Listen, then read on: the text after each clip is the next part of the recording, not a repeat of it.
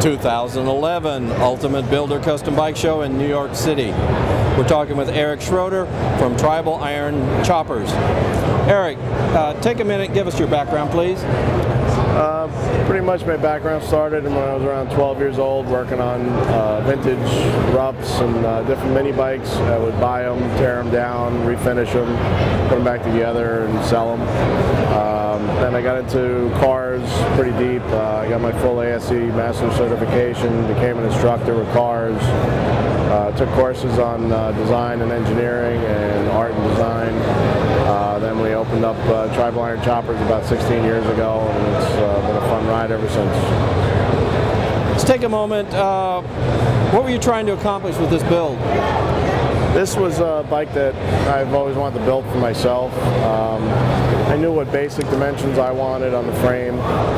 It's my own personal bike, and my mother-in-law was passing away. Her name was Penny, and I told her that I wanted to build a bike in copper and name it Penny after her.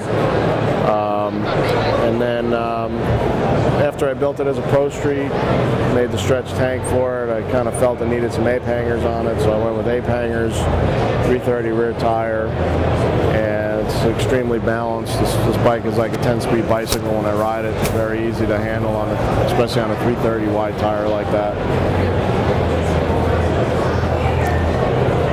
What was your vision on this bike? Basically to do something really low, long, stretched out. I don't like a lot of chrome. I don't like to have to clean the bike that much. As you can see, the bike's pretty dirty and used up. And basically I just wanted something with the same patina finish that I did on a couple of my other bikes. And I like copper leaf, so I wound up, instead of just doing graphics in copper leaf, I wound up copper leafing everything. Oil tank, gas tank, rear fender, and the handlebars. I will probably never do that again because I was seeing them on the hours of work and everything else. Side note on this bike, I actually crashed with this bike at 90 miles an hour in Myrtle Beach with no helmet on.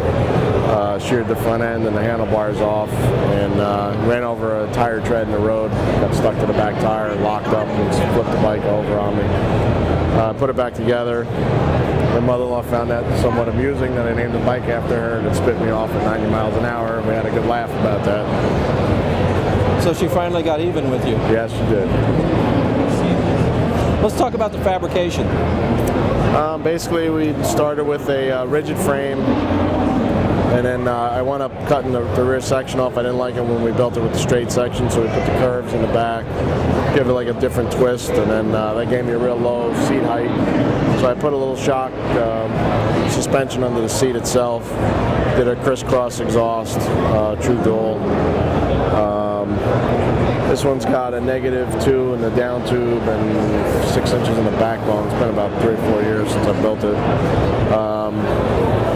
And that's pretty much it. I like to keep our rake at like 45 degrees. It seems to handle the best, especially doing springers on the front ends. The trail comes out at right around 2.5 inches, which is what I want. Let's talk about the engine. What'd you do on that? That's a TP 124 cubic inch. Pretty much the engine itself is stock from what it comes out of their factory with. It's got about 130 horse. We just like to do little accents on the motor, kind of pull the engine into the theme of the bike. Other than that, it's got our air cleaner on there, our segmented air cleaner, same as a headlight. We've talked about the front end on this. Anything else on it? That was the front end? Did you build the front end on this one? Yeah, this one we actually did. We machined the tubes down. This started as an American suspension front end. We kind of did our own twist on it as far as the springs and tubes and everything else. And then we kept this also with the raw finish on the aluminum, which I don't mind aluminum as long as it's brush finish. This way I don't have to polish it. Polishing it, by the time you get done with one end, you got to start all over again. So we just brush finish it. There's still all beat up marks in there from the accident, but we just wound up machining new tubes after the accident, and the front end held up fine. What was your approach on paint? You actually don't have paint on here, do you? No, it's actually all leaf and then clear. Clear. The only thing I did was some pinstriping work to accent it a little bit, break it up.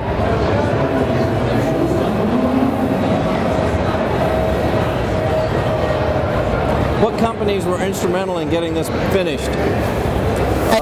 Pretty much just Tribal Iron. Everything on here is ours. These are our bars. I came from sport bikes years ago, so I like the performance aspect of the brakes. When I first got onto my first stock Harley back in the mid-90s, I was shocked at how horrible they stop and handle and everything else. That's why I wanted my bike to be balanced, low center of gravity, and I have sport bike brakes on here. I've got dual calipers in the front, and I have to grab this front brake with 1 or 2 fingers. If I grab with a full 4 fingers, I'll flip over on this thing. Anybody else? Anybody you'd like to thank on this? Pretty much our crew at the shop, Evan, Ray, and all the regular guys, Rick, all the guys that helped me finish my my dream bike. For more information, if they want to get a hold of you, how would they do that? Best way is to call us at the shop directly, Monday through Friday, 10 a.m. to 6 p.m.